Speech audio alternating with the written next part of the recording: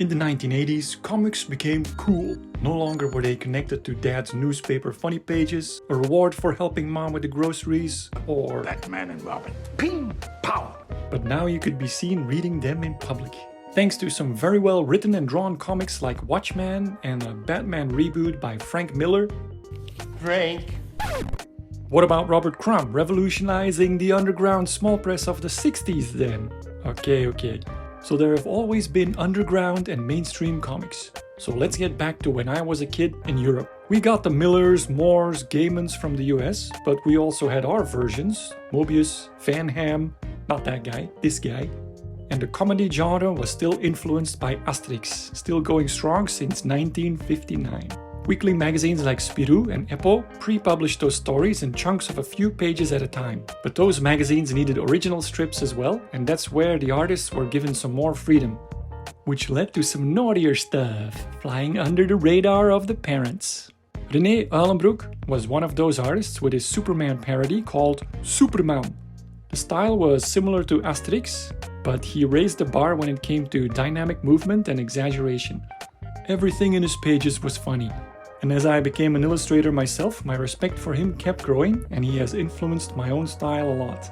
This video is episode 50 of the 100 Artists Retro Challenge I'm doing, so I'll start my Rene Uilenbroek style challenge while I give you my top 6 reasons for why he belongs up there with the greats. Number 1. Action scenes. Look at this sequence. Here, catch! Ooh, no, the bomb! This is a job for Superman! Let me just crap! I'll never make it in! Thanks! The change of camera angles, the stretched out poses, the little mouse, this final Spider-Man pose. It just breathes energy, fast pacing, and a charming humor that I can't get enough of. Like the old-time 50s cartoons where the movement itself is already funny, which is one of the hardest things to do as an illustrator. Number 2. Naughty naughty. 80s were a different time for teenage boys, so seeing a curvy cartoon character was already something special. Having this sexy villain, whose henchmen steal everything including clothes, is always good for a thrill. Sweep! And when Superman was presumed dead, his friend Leo stepped in. Good to know they were careful at least. Cameos are always fun. Here's René himself and writer Willem in their studio. Laurel and Hardy. And this was my all-time favorite panel. Number 4. Emotions. Exaggeration is important in comedy, and René is a master of it. Superman is forced to marry an alien princess, so he sneaks out at night, steps on a cat, and gets caught. I was going to the bathroom with your shoes in your hand. Actually, I hate long goodbyes, so I was thinking to quietly leave.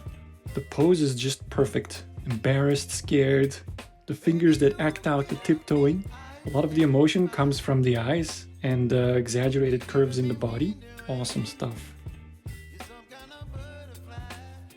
Number 5. Background jokes. He did this a lot in his early years, filling every page with tons of detail. Here's a photobombing rabbit in every page of a werewolf story. This grandma shows up in the background a lot as a gambling addict. The rat lost all his money too. Number 6. The inking. I visited René in his studio about 10 years ago. He was super nice and I asked him all of my fanboy questions and portfolio advice over coffee. Also a great opportunity to buy some original art that I look at every day. Look at this inking. Just the pressure of the nib creates a sense of shadow. You don't detect it consciously, especially when you're reading the story, but it gives the characters weight and a believability which adds to the humor. Okay, ready with my first draft, but not really happy with it, so let's analyze. This similar pose. I think the direction lines are okay. This hand looks spot on, but I need more of the little shadows to give it weight. More sweat. My pants are too detailed, so it loses that swing. And this tension here is not clear at all. It should be the main focus, like in his, the arching of the back is very clear. So yeah, back to the drawing board. Then edits on Photoshop. Adding the shadows. Finally, I'm happy with it. What do you guys think? Anyways, thanks for watching. I will do 50 more of these puppies. So like and subscribe if you want to be notified of the next episodes. There's still a couple of slots available if you have requests for artists, but look forward to Joe Kubert, Mobius, Rick Leonardi, Bill Sienkiewicz, and number 100 will be Alex Ross, The Revenge.